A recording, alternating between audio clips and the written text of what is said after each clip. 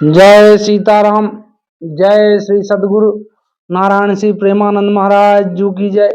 अपने अपने माता पिता की जय। आज मैं श्री सदगुरु नारायण के आशीर्वाद, माता पिता के आशीर्वाद से आप लोगों को धन दौलत एक ऐसा शब्द है कि प्राप्ति का मार्ग। क्योंकि अगर ये कहूं कि नहीं बिल्कुल 100% सत्य है तो सत्य, लेकिन मेरे ऊपर प्रैक्टिकली सत्य नहीं है, क्योंकि मैं भी उस मार्ग का पथिक अभी नहीं हूं। लेकिन जो मार्ग बताने जा रहा हूं मैं, वो 100% सत्य है, और उसमें आप 1000% जोड़ दो सत्य है, क्योंकि उसके अलावा दूसरा मार्ग है ही नहीं।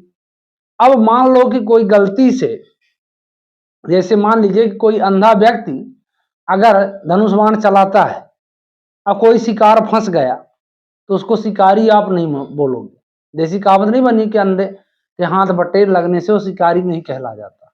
उसी प्रकार उसका प्रारब्ध का भोग होगा कि उसके भाग्य में संपत्ति लिखी होगी, क्योंकि ऐसा भी कहा जाता है कि सुत दारा और लक्ष्मी पापी के भी हो।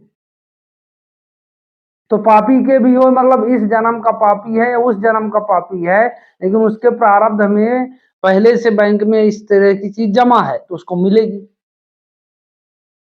लेकिन मैं जो रास्ता बताने जा रहा हूं उसमें आपका प्रारब्ध भी भोग नहीं मतलब रोक नहीं सकता आपको।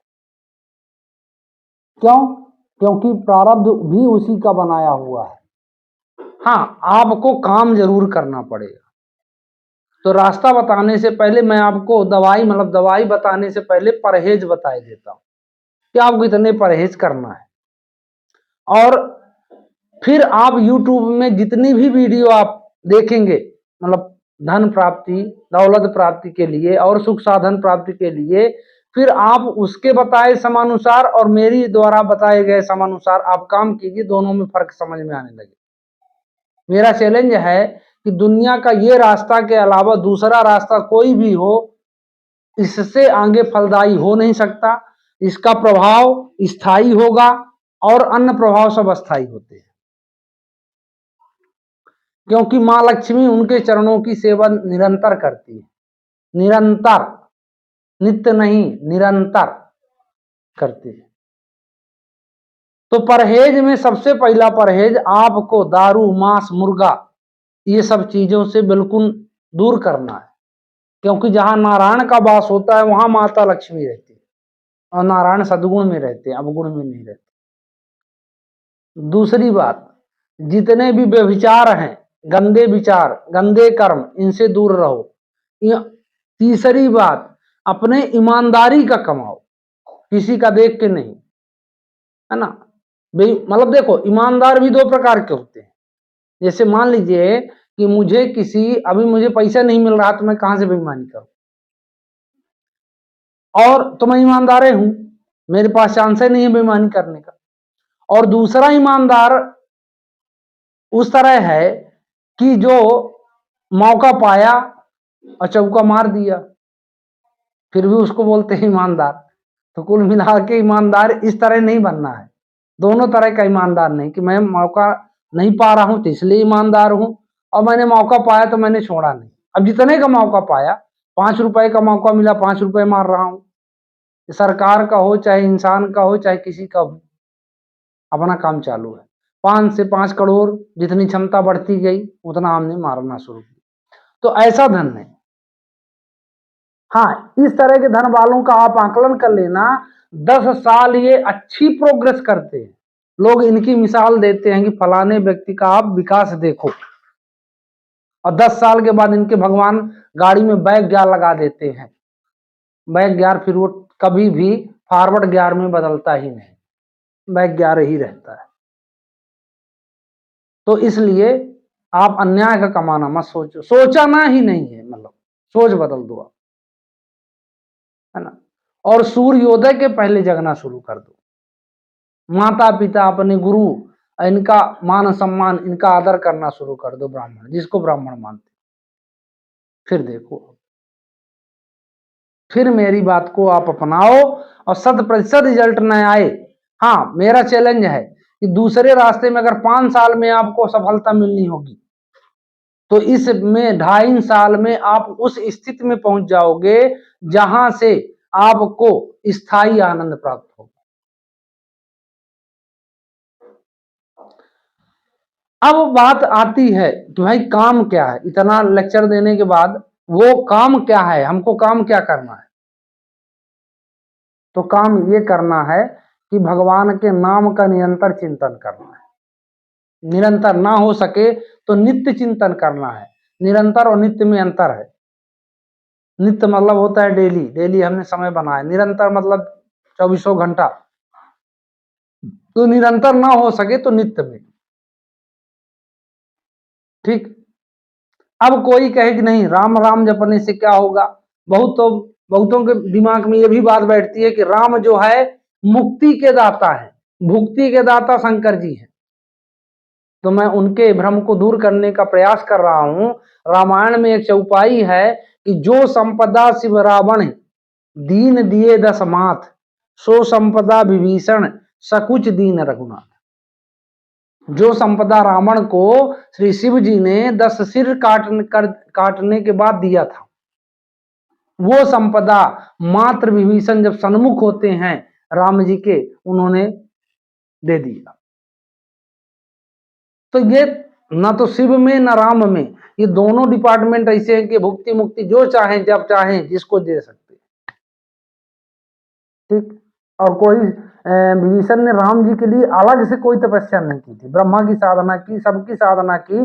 पर मेरे ज्ञान के अनुसार, जहां तक मैंने महापुरुषों की वाणी सुनी है, उसके अनुसार उन्होंने व्यक्तिगत राम की कोई तपस्या खड़े होकर गोड़ हाथ ऐसा नहीं, उन्होंने राम राम कहा जरूर, वही राम राम कहना।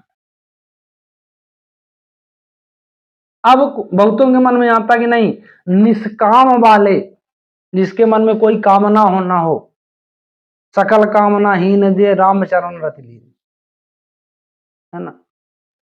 तो मेरे हिसाब से आप उत्तरकांड का 15वां या 16वां दोहे की चौपाई देखना। जे सकाम नर सुनहि जे गावहि, सब सुख संपत्ति नाना विधि पावे, सुख संपत्ति नाना विधि पावे। जे सकाम नर सुनहि जे गावहि, ये रामायण की चौपाई है। उत्तरकांड के 15वें या 16वें दोहे की चौपाई है, तीसरी या चौथी चौपाई है। जे सकाम नर सुनहि जे गावहि, सुख संपत्ति नाना विधि पावहि। रामायण चिल्ला के कह रही है कि मेरे पास आओ, मैं सब कुछ देने वाली हूं।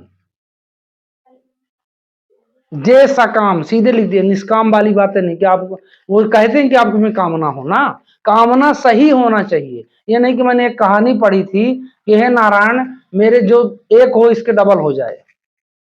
उसने कहा मेरी एक आंख फूट जाए तो इस पड़ोसी की दोनों आंख चली गई। ऐसी कामना नहीं। कामना ये कि हे परमात्मा मुझे आप धन प्रदान करिए, मैं भी मानव तन पाया हूं, मैं भी अच्छा काम करना चाहता हूं। ये व्यक्तिगत अपने लिए भर नहीं, फिर उसमें आपको कुछ करना है। जब उनसे किसी से अच्छी चीज मांगनी है तो अच्छा करना, ये भाव होना चाहिए। तो राम जी जरूर देंगे आप। और उन्होंने जिसको भी दिया है, आपको एक छोटी सी कहानी, मतलब short and sweet. Sudama ji मतलब लगभग गृहस्थ में जब से प्रवेश करते हैं तब से दारिद्र्य योग में थे। तो भगवान ने जैसे 2 मुट्ठी उनका तंदुल खाया, कहानी में छोटी सुना रहा हूं, तो कुबेर और ब्रह्मा सब सहित आए। उन्होंने कहा कि इसको अविचल दारिद्र का वरदान था, मतलब श्राप है अविचल। उन्होंने कहा ठीक है आ काट दो। राम जी ने कहा आप आ काट दो इसका, तो हो गया अब चल। बोले हो गया ठीक भाई। जिसकी सजा राष्ट्रपति माफ कर दे फिर उसमें किंतु परंतु रह ही नहीं जाता। तो श्री रघुनंदन इस पूरे ब्रह्मांड के राष्ट्रपति हैं और उनका किया हुआ फैसला कोई भी काट नहीं सकता, किसी की क्षमता ही नहीं है ना। तो श्री सुदामा जी के भी दारिद्र्य योग था और उस दारिद्र्य योग को उन्होंने चेंज कर दिया। कितने आप उदाहरण ले लो, जो भी उनकी शरण में गया है वो कभी खाली लौट के नहीं आया। तो आप बिल्कुल अपने जीवन में कम से कम आधा घंटा सीताराम सीताराम सीताराम सीताराम सूर्योदय के पहले जगो और कहो। हाँ, अब जिसकी रात में ड्यूटी है, तो मैंने इस शिव मोटिवेशनल का पहला वीडियो बनाया ही था, रात में ड्यूटी करने वालों की चमकेगी किस्मत के नाम से। ऐसा क्यों? क्योंकि मुझे भी याद है कि रात में जो काम करते हैं वो बेचारे दिन में सोएंगे, लेकिन उनको एक चीज ध्यान दिलाना है कि रात की ड्यूटी दिन मतलब निकलने से पहले ब्रह्म मुहूर्त का समय आता है, उनके लिए तो और आसान है। आप काम करते जाओ, सीताराम सीताराम सीताराम जपते जाओ, बस हो गया, काम खत्म। आपको 4 बजे से 6 बजे तक पकड़ना तो बहुत आसान है, बल्कि एक गृहस्थ वाले को सो के जगना है, आप तो जग ही रहे हो, बस आपको उस लाइन में लग जाना है। अब कोई कहे कि मेरे पास दिन भर काम है, जब आप सही काम करते हो उसको समर्पण कर दो भगवान को, फिर भी आप नाम लो। जब 12 घंटे आप दूसरे की नौकरी कर सकते हो, तो राम जी की नौकरी आप कम से कम 25 मिनट अपने जीवन में आधा घंटा लिखवा लो, आपका जीवन 100% बदल जाएगा, है ना। तो इसी आशा के साथ कि आप यहाँ वहां सबदंद फंद ये दिमाग लगाना छोड़ के, जो शाश्वत सत्य है कि श्री राम और श्री कृष्ण, श्री राधा, माता सीता, इनको जपने से ही आपका कल्याण है, सब मंगल है। इस बात को आप अपने बिल्कुल दिमाग में उतार लेंगे और सीताराम राधे कृष्ण जो भी आपको अच्छा लगेगा, आप उस नाम का, उस परमात्मा का चिंतन मनन करेंगे तो आपको 100% सफलता हर क्षेत्र में मिलेगी। इसी आशा के साथ कि आपका जीवन सबका मंगलमय हो। जय सीताराम।